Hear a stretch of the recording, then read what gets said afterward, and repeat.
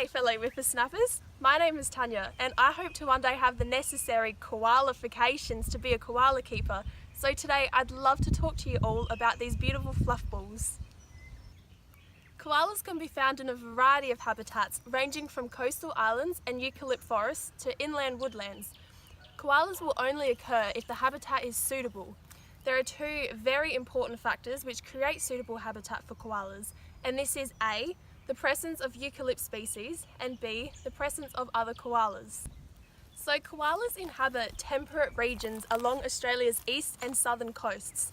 Seasonal temperatures throughout these areas fluctuate by approximately 10 degrees. Koalas that reside in eastern Queensland live in a subtropical climate, and koalas that reside here in southern Australia experience a dry and wet season. Koalas also spend most of their time wedged between forks in tree branches. Koalas also, they eat in the trees, they sleep in the trees, they mate in the trees, and they look after their young in the trees. Koalas are one of the only mammals which can survive only on eucalyptus leaves.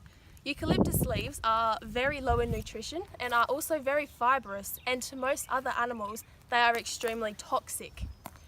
Koalas have a very slow metabolism, which allows the koala to retain food within their digestive system for a very long time, which further maximises the amount of energy that is able to be extracted. Koalas will eat approximately 200 to 500 grams of leaves per day. That's a lot, and are very fussy eaters. Here in Australia, there are over 600 types of eucalyptus, in which only 3 to 6 of these species are actually eaten by koalas. So next, I would love to talk to you all about how to house a koala, such as in a wildlife park or a sanctuary or a zoo. So as koalas spend almost all of their time situated in a tree, it is essential to provide the enclosure with a variety of trees and branches with the appropriate eucalyptus for feeding. So behind me is the eucalyptus that those little fluff balls like to eat, and as such a fork is a tree which will come up and will kind of form a fork shape, and in here is where the koala will wedge itself. So the Australian Animal Welfare Standards and Guidelines also explain that an enclosure housing only one adult koala must provide a minimum floor area of 9 square metres. With an additional 3 square metres per added koala. The operator must also ensure that all koalas within an enclosure are able to instantaneously access shade at all times. So for example, at Cleland Wildlife Park, their koalas have got shelter covering their enclosure at all times. However, they also have the option to go to a tree that has shade or sun exposure.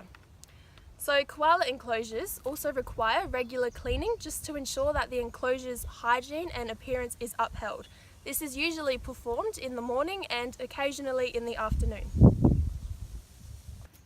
So next, I would love to talk to you all a little bit about diseases that koalas are very prone to catching. So koalas are prone to catching many diseases, unfortunately. Some of those diseases are cryptococcus, toxoplasma, lungworms, endoparasitic worms, and your fleas, ticks and mites.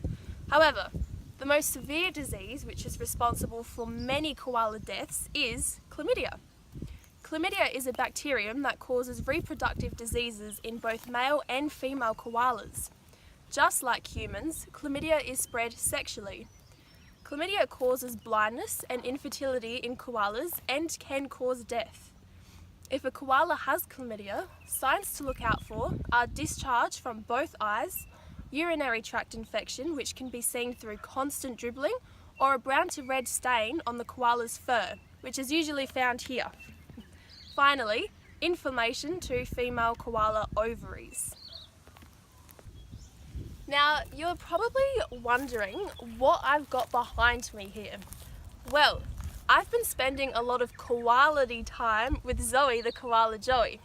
Now, Zoe is a rescue koala and has been placed into my care.